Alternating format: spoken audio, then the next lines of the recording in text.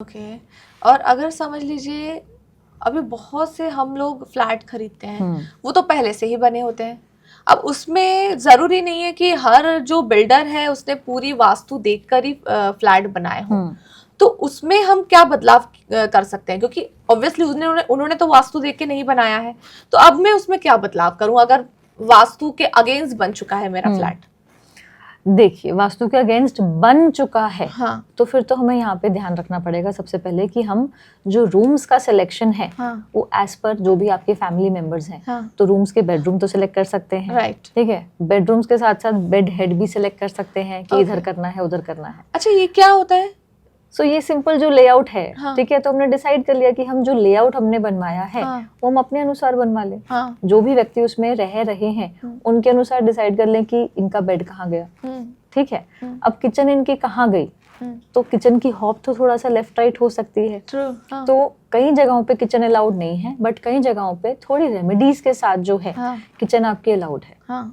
फिर रंगों के माध्यम से किचन हमारी जहां पर भी है, जिस भी जोन में, मान लो कि ईस्टर्न साइड पे आ गई, ईस्ट में किचन अच्छी नहीं, पर ईस्ट को हम थोड़ा सा जो है पावर दे सकते हैं वहां पे ग्रीन और ब्राउन कलर को इंट्रोड्यूस करके।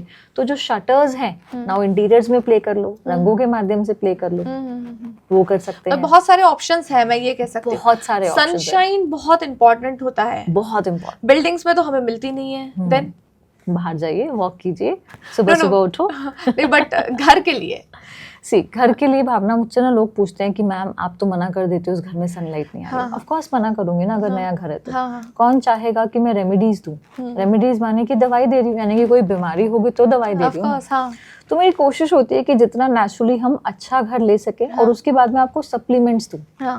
लोग ना मार्केट में यही कर रहे हैं, रेमेडियल वास्तु, और लोगों को पता ही नहीं है, वो दवाई मांग रहे हैं। भाई सप्लीमेंट मांगो ना। सप्लीमेंट आप कब मांगोगे? जब आपका पहला स्टेप ही वास्तु कंप्लायंट हाउस आपने लिया है, उसमें आप फिर अब जो वास्तु एक्सपर्ट है वो आपको रेमेडी नहीं देगा, सप्लीमेंट देगा। तो सप्लीमेंट वाली जो है आपकी मेंटालिटी होनी चाहिए, तभी चीजें चेंज होंगी।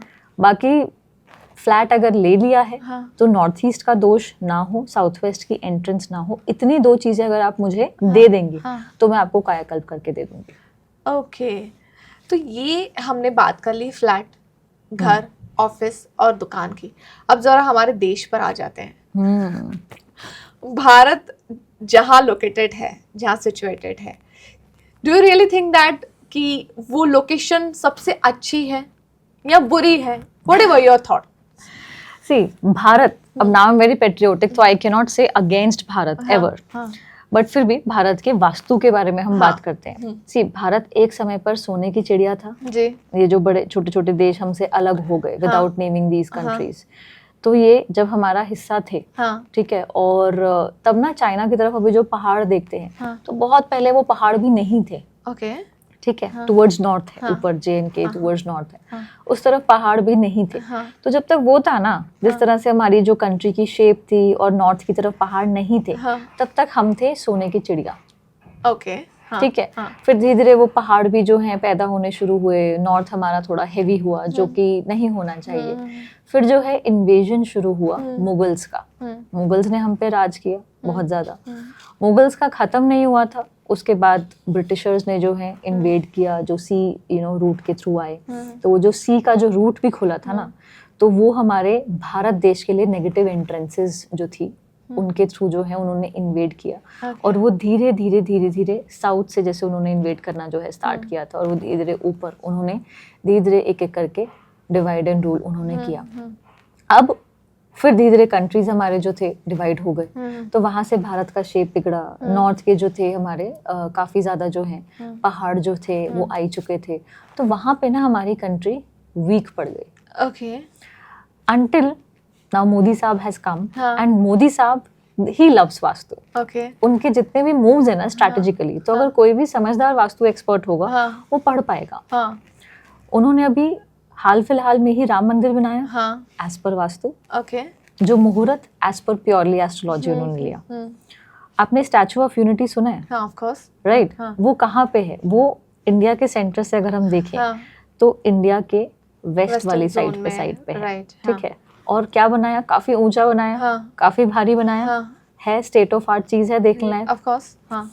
अब वास्तु के रूल्स हैं कि हमें वेस्ट को भारी रखना है, हाँ, ऊंचा करना है। हाँ, वेस्ट इज द जोन जो आपको फाइनेंशियल गेन्स देता है, प्रॉफिटेबिलिटी देता है। ओके, तो उन्होंने क्या किया, प्रॉफिटेबिलिटी बढ़ाया। हाँ, वेस्ट जो है मैन्युफैक्चरिंग भी रिप्रेजेंट करता है। ओके, अब आप देख रहे हो उन्होंने मेक इन इंडिया कॉन्सेप्ट कैसे चालू किया है। हाँ।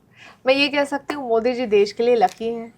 मोदी जी बहुत समझदार हैं। मोदी जी अपने वैदिक साइंसेस को वापस लेकर के आ रहे हैं। सो या अच्छा, उन्होंने वास्तु, जैसे आपने कहा कि राम मंदिर में उन्होंने वास्तु का उपयोग किया हुआ है। नया पार्लियामेंट भी बनाया। हाँ, न्यू मैं पार्लियामेंट उस पर हेक्सागन शेप में है। हाँ, हाँ। एंट्रेंसेस देखिए, हाँ। सेंटर बिल्कुल ओपन देखिए। हाँ, हाँ, हाँ। मुझसे बात कीजिए आप, हम व्हाइट हाउस की भी बात करेंगे, वहां पे भी उन्होंने कैसे यूएस ने हमें यूज करा हुआ है। इज इट, मतलब यूएस हमारा वास्तु यूज कर रहा है? वास्तु पहले ले गए, योगा अभी ले गए। इंडियंस को बाद में याद आता है पावर योगा, योगा के आगे पावर लगा दिया भाई। योग हाँ, वास्तु हाँ, हाँ। अभी मैं बताती हूँ।